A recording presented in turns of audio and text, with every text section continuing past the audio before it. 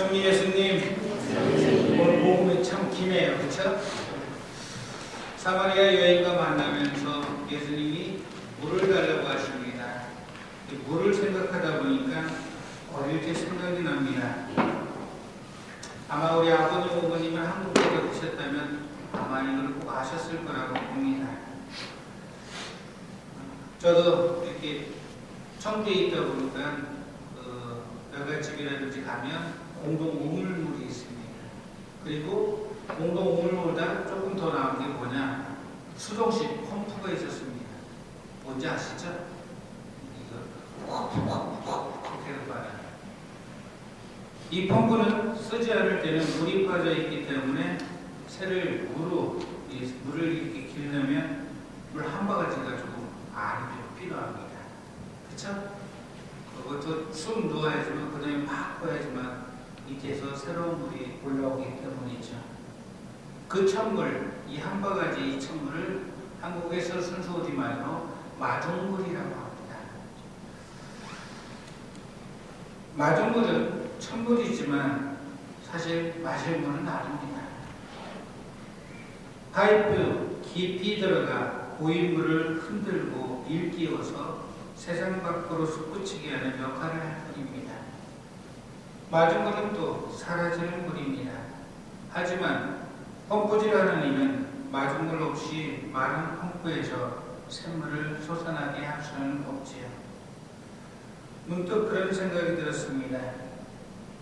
예수님께서 우리에게 시원한 물, 정말 깨끗하고 영원한 물을 주기 위해서 그분 스스로가 마중물의 역할을 하셨다고 생각이 듭니다. 어쩌면 우리들도 이 마중물의 모습으로 살아야 되지 않을까. 오늘 복음으로 넘어가면 한 여인을 만납니다. 사마리아 여인을 만나게 되죠. 사실 그 여인은 갈증이 좀 심했습니다. 그 갈증이 무엇인가? 바로 마음 한가운데 채워도 채워지지 않는 허전한 지독한 사랑의 갈증이었습니다. 그 허전함과 갈증을 그렇게 채우려고 이 여인은 끊임없이 이 남자 저 남자를 찾아다니고 있었죠. 무려 남자를 5명이나 바꿔보았지만 그래도 여인의 갈증은 채워지지 않았습니다. 꼬리가 길면 어떻다고요? 잡히잖아요. 꼬리가 길면 잡힌다는 속담처럼 동네 사람들은 그 여인의 물란한 사생활을 이미 다 알고 있습니다.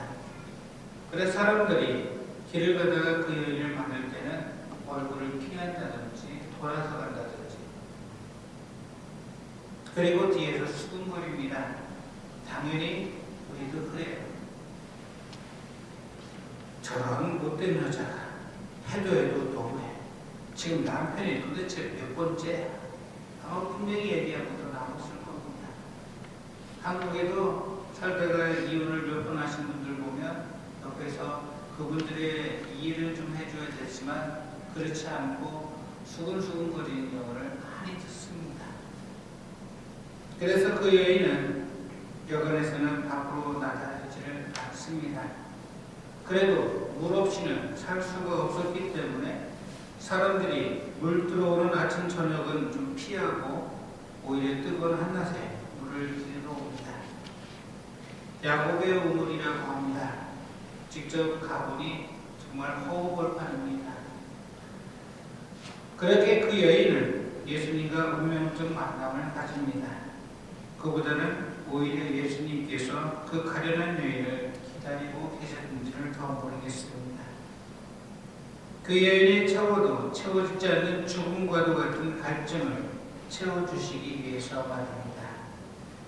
인자하신 예수님과의 첫 만남, 일생 일대 은혜로운 만남을 통해 여인은 서서히 자신이 처한 비참한 실상을 파악해 나갑니다. 그리고 자신이 채울 수 없는 갈망을 채워주실 분이 바로 이분이라는 것, 예수님이라는 것을 깨닫게 됩니다. 그리고 고백을 합니다. 선생님, 제 평생의 갈증을 채워주실 분이라는 것, 그 물을 저에게도 달라고. 우리의 삶은 누군가를 만나는 것에 따라서 완전히 달라질 수가 있다고 합니다. 어쩌면 이를 면에서 우리 신앙인들이 예수님을 만났다는 점에서는 우리는 행복한 사람이고 축복받은 사람이 아닌가 싶습니다.